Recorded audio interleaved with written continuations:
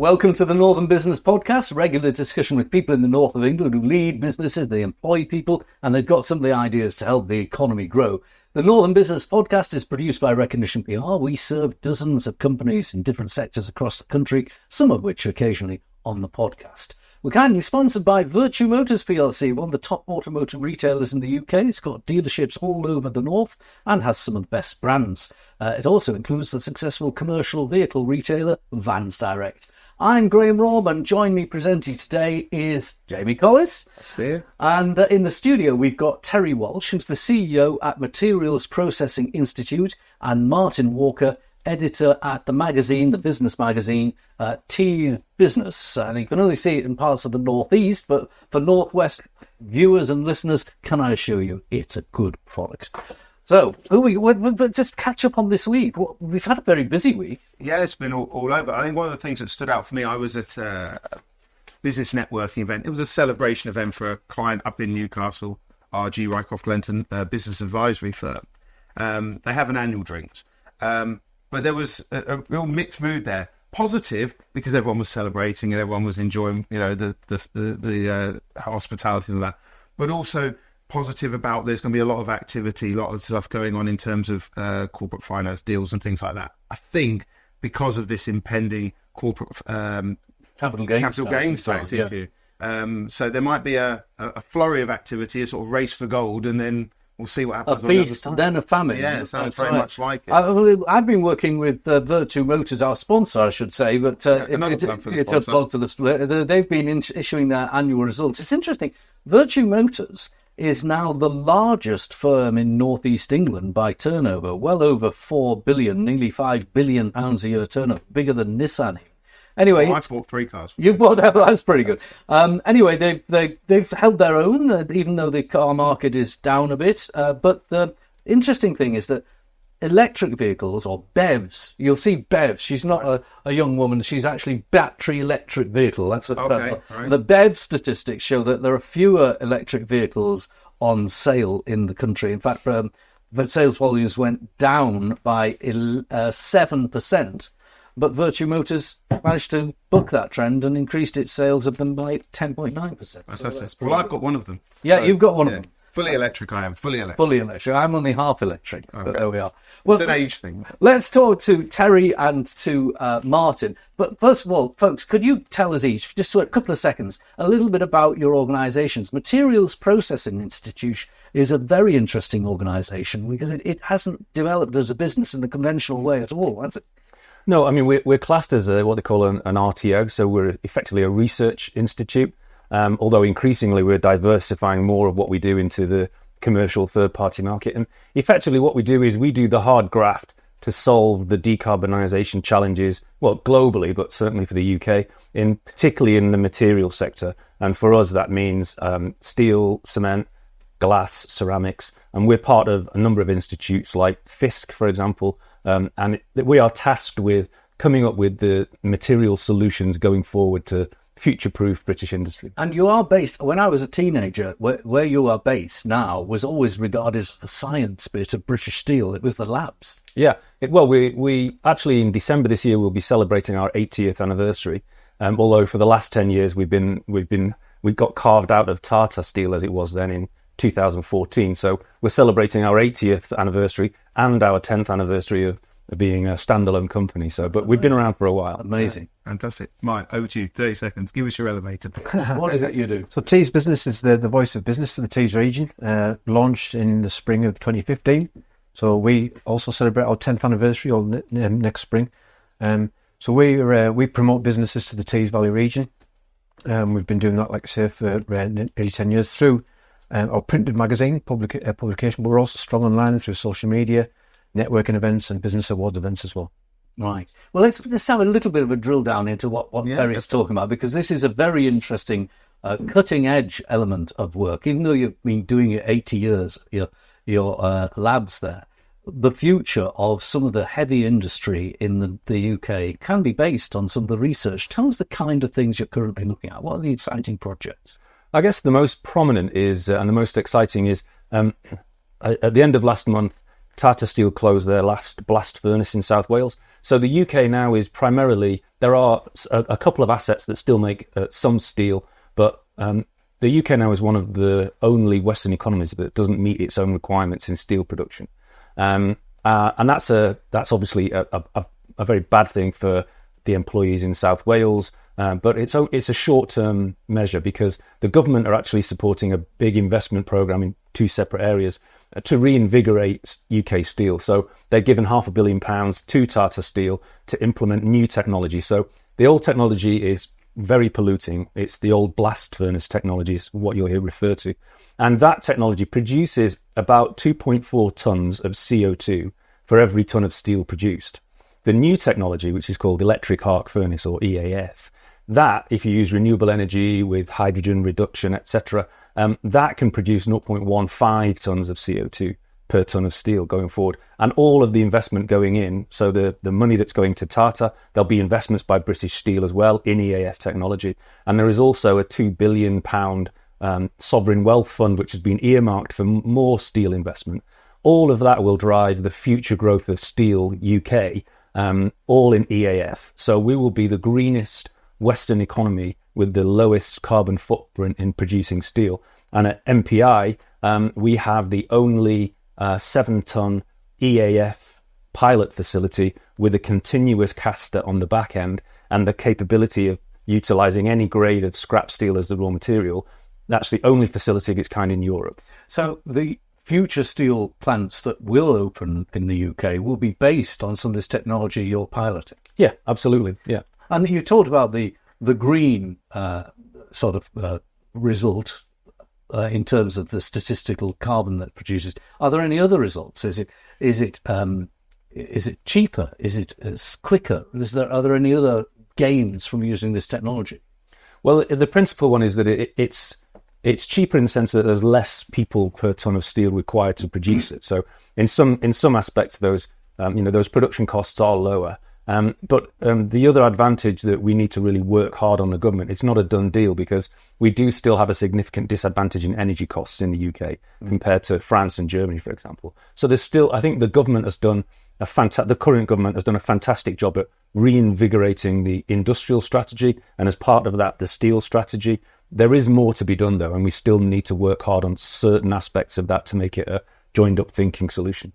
I was watching the GMB union guy, Gary Smith, and talking about how there is a pursuit of net zero which is more ideological than practical, and that results in blue collar workers feeling the pressure, and it is resulting, in the case of steel, in a gap in sovereign capacity. Everything you just said, it would work, it will come to pass, but it's been pushed through by regulation and by the way the market has worked, maybe too soon. Well, I don't think too soon is too soon. I mean, this will be driven by the general public. People care about the environment and they care about climate change, and they people are smart enough to see what's going to be happening in the future, and you have to make the changes now in order to deliver that future. So I don't agree with the statement that it's too soon. I think the advantage we will have once we start operating these new EAF furnaces in 2 years in Port Talbot, South Wales, and a little bit later in Scunthorpe and up here on Teesside, then that is our journey to being the most advanced Western economy with the greenest steel production. So right. I don't think too soon is too soon. This is just a great example, isn't it, Martin, of what's happening in this area. The innovation that comes out of Teesside, the stories you hear all the time about that was found in Teesside, that goes back, a couple of 100 years, but it's still happening now with this green agenda. From the sort of events that you hold and the businesses you're talking to, you're seeing this development of innovation all the time, I'm assuming. Yeah, absolutely. And also, especially in the digital and tech sector as well, on Teesside, which is quite strong. You've got the likes of Double 11, Behaviour North, and they're working on lots of innovative stuff around games development.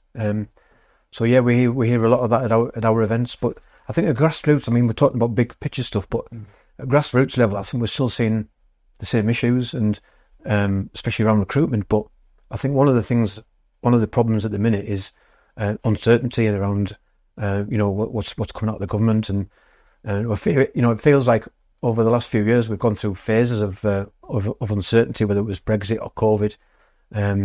political uncertainty and electoral uncertainty locally and nationally. And now it seems to be, what's coming out of the government is causing people to just be a bit more cautious. There's a bit unbalanced. You're talking, Terry, about the government reinvigorating this sort of drive to net zero, which is all very positive. And then the other side, you've got businesses going, but can I hire? Where's the extra burden of cost going to come from? How am I going to do it?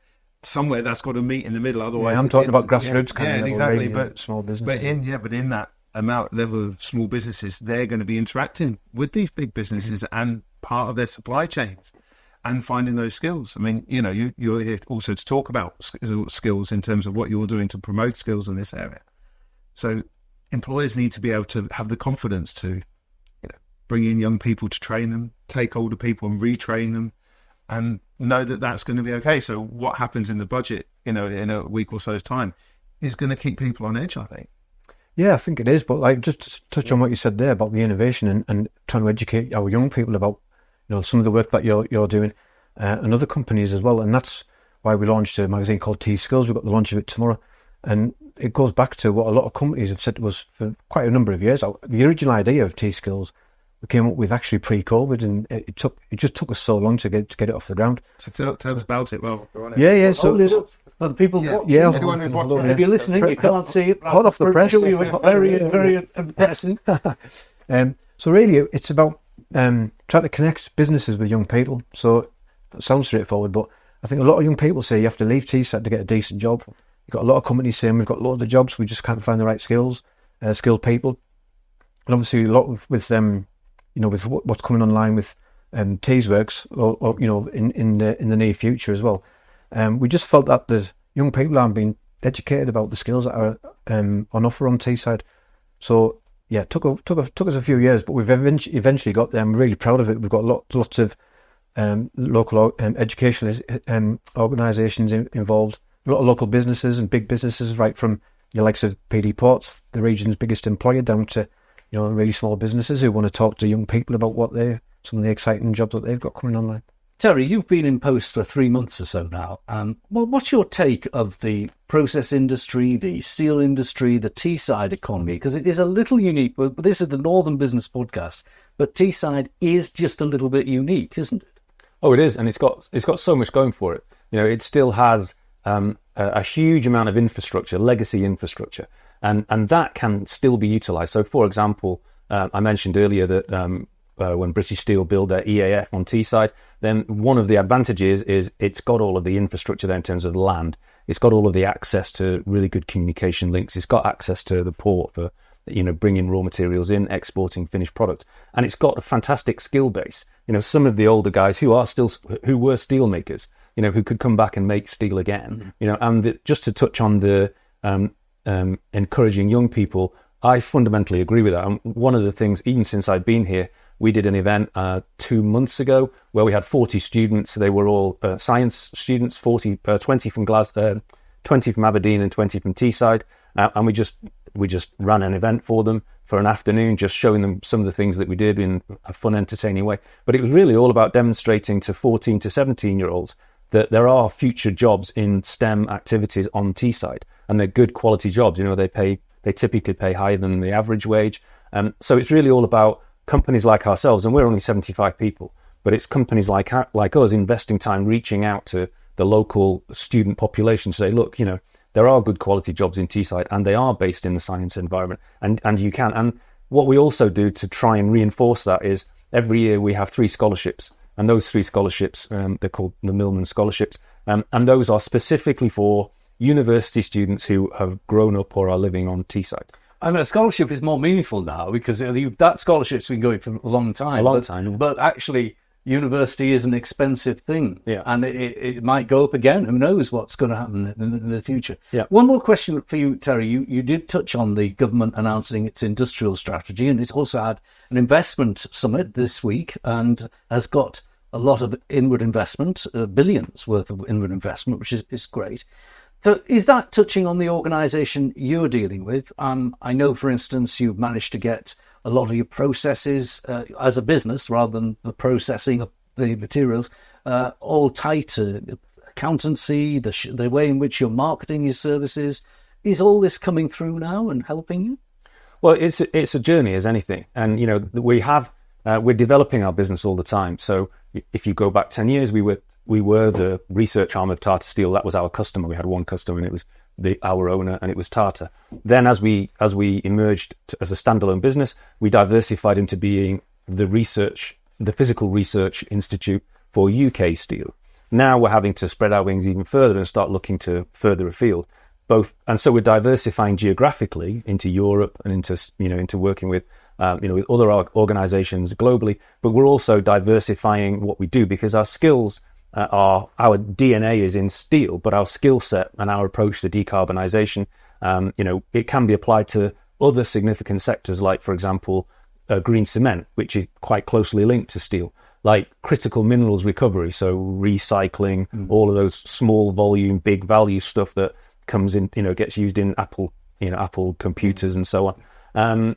And the whole decarbonisation journey is just becoming more and more important. And we've got a massive skill set in a whole range of fields, not just steel, to deliver that decarbonisation. It is fascinating. We at Recognition brought a national journalist to the northeast of England just last week, and we took him through Teesside to see the journey of lithium, which is being extracted in the North Pennines and will be eventually refined in Teesside, a critical mineral, and could be used in car battery plants near Nissan and so on. So there is a circular economy developing. It's a theoretical thing in some ways, but now there's a demonstration of it in action. Well, I don't think that circular economy is a theoretical thing. I think it's being delivered, and from small seeds, big oak trees grow. But I think that, like I said, I think the drive for this will come from the man in the street. They want climate. They want to stop climate change. They do care about the environment for their grandkids, and all the work that we are doing now is really the building blocks for delivering that decarbonised circular economy. With much less environmental impact, but delivering this, as you mentioned earlier, delivering those sovereign value critical minerals like cement, like steel, etc. So I think that circularity is happening, and the reason we're focusing on cement as well as steel is one of the co-products from steel production is a raw material in. So one of the co-products from steel production is a raw material in cement production. So it just makes a lot of sense to tie the two together. Jamie, we should mention the North of England Critical Minerals Conference, 7th of November in Newcastle. It's organised by a company called Weardale Lithium, and it's going to lead me on to talk to Martin about, but it attracts people to sit in the audience from outside the North to find out what's happening in critical minerals and those associated industries, battery production and things like that, to come up and see what's happening in the North. That leads me nicely into what I was going to say to you. You're a great flag bearer for Teesside, do a brilliant job at that. And obviously, as I say, we're the Northern Business Podcast, so it's about going beyond that. So you're going to reach out beyond that in this podcast, but you do that anyway. And I'm interested to know how you're getting that message out beyond Teesside, that this is the place for, well, Graham just mentioned, inward investment and things like that. Yeah, so we do have we've got Tees Business, which is, as you know, a local publication for the Tees Valley area. But we also publish an annual publication called This is Tees Valley. So that's promoting, so Tees Business, if you like, is Teesside talking to Teesside. This is Tees Valley is Teesside talking to the UK. So we published the 4th edition of This is Tees Valley this summer. It's in partnership with Tees Valley Combined Authority. So we publish, we print 10,000 copies of This is Tees Valley, and probably about half of them are circulated around the UK via a mailing list. So we've bought in various mailing lists, but they go to events. So we go to UK REAP, for example, in Leeds, and circulate them there. But they're also circulated locally around the Tees Valley area as well. And that's it's gone really well for us. It's more about, like I say, promoting. We all know how great Teesside is, but it's about promoting the area beyond our boundaries, if you like. Martin, are you noticing among the business community in the area you serve, and also the breeders, that there is hesitancy and a little bit of worry? There's some good stuff. Today, inflation's come out at 1.9, so it's 7%, and we might get interest rates down at last. But if that happens, that will come down once, but it might be twice. And, of course, the investment I talked about. So that's the good stuff. But I notice when I talk to people in business, there is some hesitation and worry. This stuff about the employer national insurance going up, it's concerning. And capital gains tax is putting people off deals or squeezing the normal timelines. What are you seeing? Yeah, I think a lot of the businesses that we talk to, a lot of them are saying that they're sort of putting the brakes on, if you like, or just being a bit more cautious, a bit more careful. Obviously, waiting for the budget. There's a lot of things that have been speculated already, and some of the employment stuff I think is putting people off recruiting. Mm-hmm. But actually, we had a smaller event, sort of a round table sort of event last week, and we had a bigger networking event a couple of weeks prior, and recruitment. So those businesses that are looking to recruitment is still an issue for all businesses. So those that are looking to recruit, they find the same issues, trying to find the right people. But we actually had an interesting discussion at this roundtable event last week about how culture seems to have changed. So people just don't think twice of not turning up for an interview. So I'm talking about grassroots stuff really. Yeah. And we found that as well.